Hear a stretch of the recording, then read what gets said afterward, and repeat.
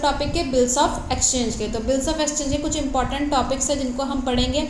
सबसे पहला टर्म है यहाँ पर term of bill, the period intervening between the date on which a bill is drawn and the date on which it is become due for payment is called term of bill. Term of bill का मतलब होता है कि वो time period, जिस time period में वो date जहाँ पर बिल को सबसे पहले लिखा गया है और कितने टाइम तक के लिए लिखा गया है, तो उसके बीच का जितना भी टाइम पीरियड होता है उसे क्या कहा गया है, टर्म ऑफ बिल। एग्जाम्पल के लिए अगर हमने एक बिल 1 अप्रैल 2023 को लिखा है और उसकी जो कंप्लीट हो रहा है वो 1 मई 2023 तक का हो रहा है, तो इसके बीच का जो 1 महीने का टाइम है इसे क्या कहा जाएगा, टर्म ऑफ बिल कहा जाएगा। सेकंड है due date. Due date is the date on which the payment of the bill is due. Due date उसे कहा जाता है जिस दिन उस बिल की पेमेंट हमें करनी होती है।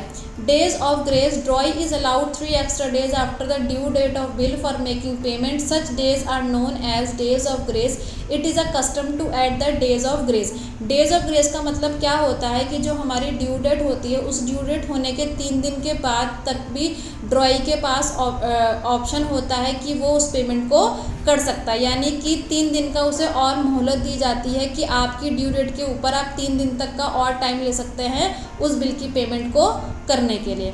Date of maturity, the date which comes after adding 3 days of grace to the due date of a bill is called date of maturity. तो ड्यू डेट क्या हुई कि जिस दिन उस बिल की लास्ट डेट हुई, उस बिल की लास्ट डेट के ऊपर भी जब 3 दिन कंप्लीट हो जाते हैं उसके बाद जो डेट आती है उसे क्या कहा जाता है, डेट ऑफ मेच्योरिटी। नेक्स्ट है discounting of bill. When the bill is encash from the bank before its due date it is known as discounting of a bill. जब हम अपने बिल को लेकर के बैंक में चले जाते हैं उसकी ड्यू डेट पूरी होने से पहले, क्योंकि जो ड्रॉयर होता है उसको कुछ पैसों की ज़रूरत होती है, तो वो टाइम से पहले ही उस बिल को लेकर के बैंक में चला जाता है और बैंक से उस बिल के बदले में पेमेंट ले लेता है, यानी कि पैसे ले लेता है। तो उस कंडीशन को क्या कहते हैं, discounting of a bill. Next है endorsement of a bill. Endorsement of a bill means the process by which drawer और holder of bill transfer the title of bill in favour of his her creditors. Creditors कौन होते हैं, जिसको payment करनी होती है। तो जो ड्रॉयर होता है अगर उसका कोई और क्रेडिटर होता है तो वो क्या करता है कि उसके पास जो बिल आया हुआ होता है वो उस बिल को किसी और को इंडोर्स कर देता है जिसको उसे पैसे देने होते हैं। तो इस कंडीशन में क्या होता है, जो ड्रॉई होता है अब वो पैसे ड्रॉयर को ना दे करके बल्कि इंडोसी को दे देता है। तो जो इंडोसर कौन हुआ, इंडोसर हमारा ड्रॉयर ही होता है। जिस पर्सन ने टाइटल को ट्रांसफ़र करा होता है वो इंडोसर होता है और जिसके नाम पर बिल ट्रांसफ़र हुआ होता है उसको हम क्या कहते हैं, इंडोसी कहते हैं। नेक्स्ट है bill send for collection. It is a process when the bill is send to bank with instruction to keep the bill till maturity and collects its amount from the acceptor on the date of maturity. Bill send for collection का मतलब होता है कि जो dryer होता है वो bill को अपने पास में रख के बैंक में रख देता है और फिर ये बैंक की ड्यूटी बन जाती है कि ड्यू डेट पर वो ड्रॉई से पैसा एक्सेप्ट करे और अपने अकाउंट में जमा करवा दे। नेक्स्ट है dishonour of bill. Dishonour of bill का मतलब क्या होता है, when the drawee of the bill fails to make payment of the bill on the date of maturity it is called dishonour of bill.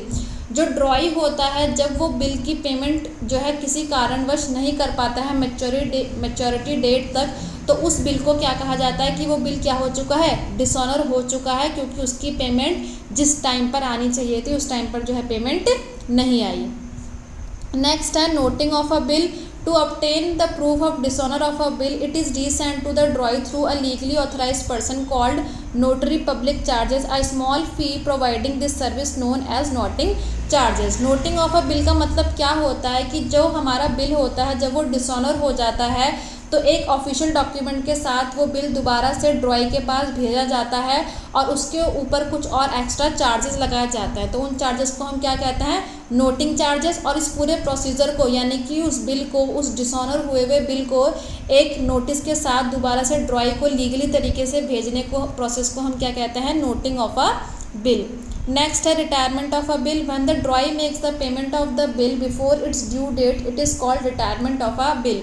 यानी कि due date होने से पहले ही ड्रॉई ने क्या कर दिया है, बिल की पेमेंट कर दी है। तो ड्यू डेट होने से पहले ही जब ड्रॉई बिल की पेमेंट कर देता है तो उस कंडीशन को क्या कहा जाता है, retirement of a bill. Next है renewal of a bill. Sometimes drawee is not in the position to pay the amount of the bill on maturity. Thus drawee requests to the drawer to cancel the old bill and write a new bill with interest, and if drawer agree, new bill is drawn with new maturity date. This process is called the renewal of bill. Renewal of bill का मतलब क्या होता है कि कभी कभी ड्रॉई इस condition में नहीं होता है कि वो उस बिल की पेमेंट मैच्योरिटी डेट पर कर पाएगा, तो वो पहले ही ड्रॉयर के पास जा कर के ये बोलता है कि मेरे इस पुराने वाले बिल को आप कैंसिल कर दो और एक नया बिल बना दो, चाहे तो आप इसके ऊपर और इंटरेस्ट भी ऐड कर लो और मुझे एक नया बिल बना करके एक नई मैच्योरिटी डेट दे दो. तो इस पूरे प्रोसीजर को क्या कहा जाता है? Renewal of a bill. The interest may be paid in cash or may be added in the amount of new bill. और अगर ड्रॉयर जो है वो ड्रॉई के इस ऑफ़र को एक्सेप्ट कर लेता है तो जो इंटरेस्ट का पैसा होता है या तो ड्रॉई उसको अलग से कैश में पे कर सकता है या फिर अपने बिल में ही उस वैल्यू को ऐड करा सकता है.